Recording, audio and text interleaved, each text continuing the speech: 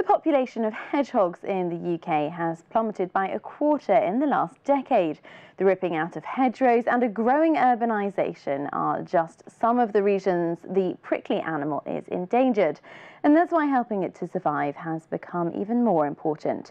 And that's exactly what a Portsmouth mother and daughter are trying to do with their hedgehog rescue station. Our reporter Nicole Ris has more.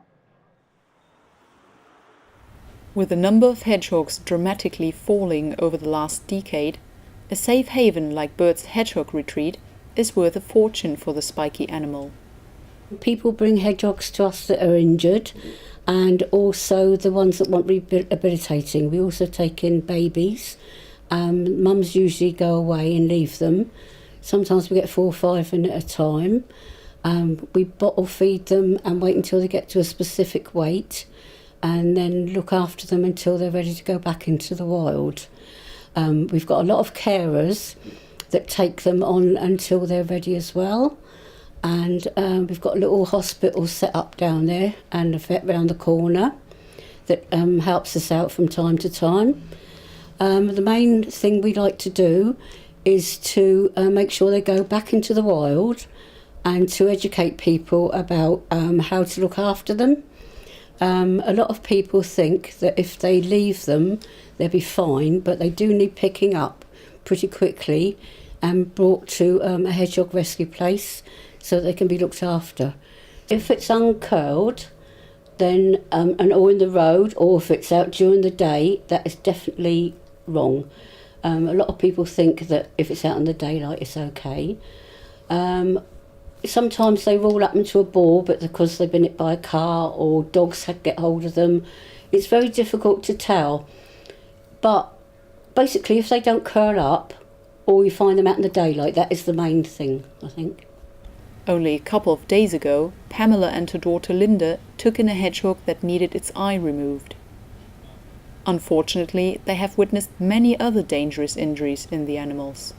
The worst case we've had in recently was one with a very bad back and a fractured leg. Linda actually found a small amount of bone next to the hedgehog, and it turned out that it was very badly fractured, and it was part of the bone from the hedgehog's leg. But unfortunately that had to be put to sleep. But that is one of the worst cases we've had. We've also had one that came in covered in wire, and that underwent a lot of surgery. It took over 2 hours and cost a lot of money.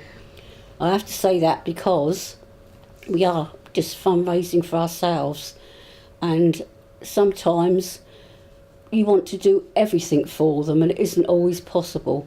As long as they have food, water and a shelter, hedgehogs can adapt very well to life in their growing urban surroundings. That's why it's recommended to leave at least one part of your garden wild and overgrown, and take some other measures so the animal will feel safe. We've got holes in our garden so the hedgehogs can go backwards and forwards so they can eat, and then we have boxes made up in our garden where they can come in and feed at night. They have cat food, any meaty dog food, any meaty cat food, and always put water down.